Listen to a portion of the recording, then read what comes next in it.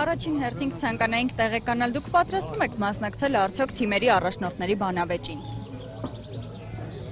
Ես արդեն ոնց որ հայտարարել եմ, եթե չեմ սխալվում,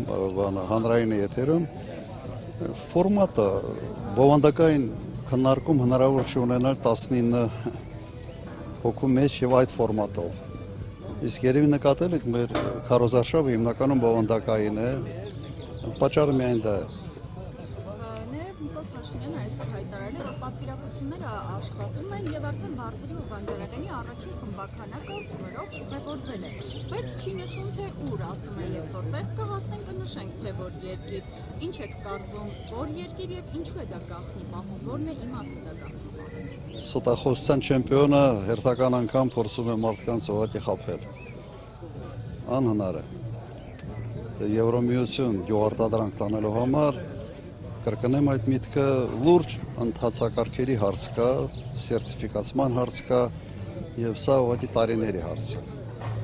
Խոսում են այն լեզվին է տալիս։ Եթե այնուամենայնի ինչ-որ ուղղությամբ Չկա այնուամենայնիվ, կարող է ինչ-որ ուղղությամբ գնացել է, ինչ-որ մի ֆորմ ինտեղ մեկը բիզնեսով պայմանավորվել է,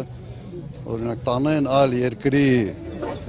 բանով, սերտիֆիկատով փորձ են ներմուծել Ռուսաստան, կարող է փորձ են դա անել, բայց դա երկար կյանք չի ունենալու ու մեծ ծավալներ չի կարող լինել։ Օրինակ տանեն Վրաստան, փորձ են Վրաստանում թղթերը փոխել եւ որպես Վրաստանում աճեցրած ծաղիկ արտահանել Ռուսաստան, բայց մեկը ինքը արդեն հարկման տակ է հայտնվելու, որտեղ ԵՏՄ-ից դուրս է։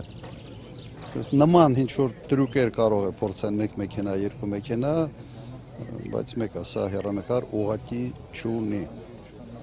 Եվ Փաշինյանը այսօր ակնարկելով Ռուսաստանին ասել է, որ մենք 100 միլիոններով փող էինք տվել, որպեսզի զենք ստանանք եւ այդպես է չենք ստացել։ Եվ հիմա այդ պետությունը պահանջում է, որ մենք ՀՀ-ից շահերի դուրս գործողություններ կատարենք։ Ուրեմն գյուղատնտեսությունը սեփական զարգացնելը դա ՀՀ-ի շահերից դուրս է թե ներս է, ես հիմա մի քիչ լավ չհասկացա։ Միգուցե նա հենց հանրակրվեի մասին է ԵՄ եւ ԵԱՏՄ հանրակրվեի, որը Վլադիմիր Պուտինը պահանջում է։ Ըստ էության սա վերջնագիր է եւ շատ պարզ ասում են, հիմա դուք եթե այստեղ եք, եթե այնտեղ եք, այնտեղ եք, բայց ձեր ճանապարհը դեպի Եվրոմիություն մենք պատրաստ չենք ֆինանսավորել, սա է ասում Ռուսաստանը։ Բայց ասում է 100 միլիոն մենք գումար ենք տվել եւ մեր Տեղակ չեմ, ընդհանրապես ինքը հեքիաթներ է պատմում իբրև ծախսված զենք զինամթերքի վրա գումարների մասին, ուղղակի հեքիաթներ են։ Այդ մարդու ոչ մի բառի հնարավոր չի հավատալ։ Ուղղակի տեսակն է այդպեսինը, այս պահին